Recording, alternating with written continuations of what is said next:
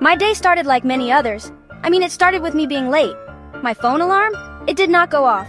Or maybe it did. And I just told it to be quiet. That happens sometimes. Okay, a lot. So I jumped out of bed. My hair looked like a bird's nest. A very confused bird. A bird who also overslept. I rushed to the bathroom. My plan was simple. Brush teeth, wash face, look human. This is always harder than it sounds, especially before coffee. Coffee is my best friend. My truest, most loyal friend. Without coffee, I'm just a sleepy monster. A monster who needs cute shoes and probably a donut. But first, coffee. Downstairs, the house was quiet. Too quiet. Usually, there is some noise. My dog Gus usually barks at a leaf, or a shadow, or his own tail. He is not the bravest dog. But today? Silence. This was a bit spooky. Like in a movie. A movie where the sleepy monster finds more trouble. I hoped it was not that kind of movie. I tiptoed into the kitchen. My eyes were still half closed. I was thinking about my big day. I had so many important things to do, like reply to emails and maybe organize my sock drawer. Okay, probably not the sock drawer. That is a job for next year. Right now, I needed that coffee. My kingdom for a hot cup of coffee. Then I saw it. The kitchen. Oh my gosh, it was not my normal kitchen. It looked like a snowstorm happened, but only in the kitchen. And the snow was white powder, flour, lots and lots of flour. It was on the floor, it was on the counters, it was even on the toaster. And in the middle of it all, there was Gus, my dog. He is a big, goofy golden retriever.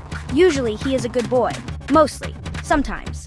Today he looked very proud. He wagged his tail, hard. Flour dust went everywhere with each wag.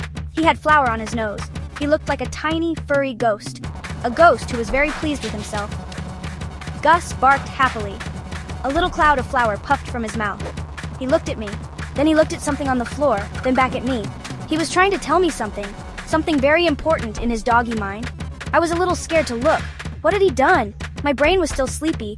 This was too much. I took a deep breath. Gus? I asked. My voice was small. What did you do, buddy? He just wagged his tail more. He trotted over to a specific spot. He nudged a strange pile with his nose. This was his masterpiece, I guess. His contribution to breakfast. I braced myself for the big reveal. My coffee dreams felt very far away.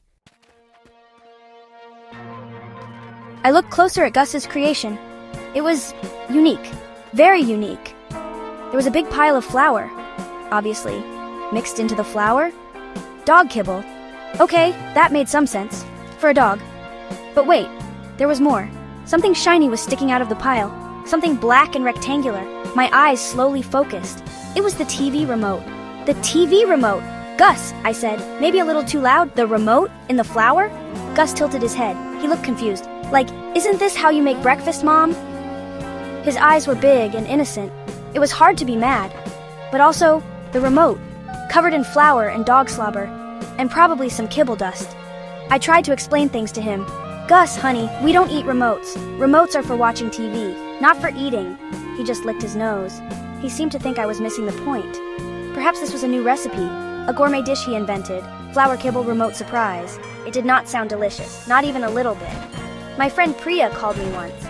She said her cat tried to help her wrap presents by sitting on the sticky tape and then running around with paper stuck to its fur. I thought that was funny. Now, I understood. Pets are tiny agents of chaos. Adorable, furry, lovable chaos agents. Gus was clearly a senior agent, promoted to head of the flower department. Cleaning up took a long time. So much flour, everywhere.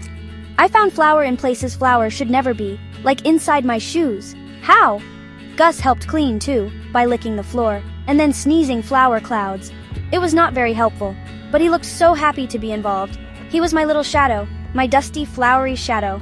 I finally got the remote out. It was sticky. It was gross. I wondered if it would ever work again. Maybe this was Gus's way of saying less TV, more walks. He is a smart dog, sometimes too smart. Or maybe he thought the remote was a fancy bone, a bone that could change channels. Who knows what goes on in that furry head? It is a mystery, a hilarious, messy mystery. Like maybe he was trying to make a special Hungarian dish? Paprika? No, remote. Later, after much cleaning, I made coffee. The best coffee I ever had. Gus sat at my feet. He was clean now, too. Mostly. He looked up at me with those sweet eyes. All was forgiven. Of course. How can you stay mad at that face? It is impossible. Scientifically impossible. He just wanted to be part of the morning. He just wanted to help. Life with a pet is never boring. It is often messy. It is sometimes crazy, but it is always full of love, and sometimes full of flour, and that is okay. It makes for good stories. And a very clean TV remote eventually. Maybe Gus should get his own cooking show. Baking Badly with Gus.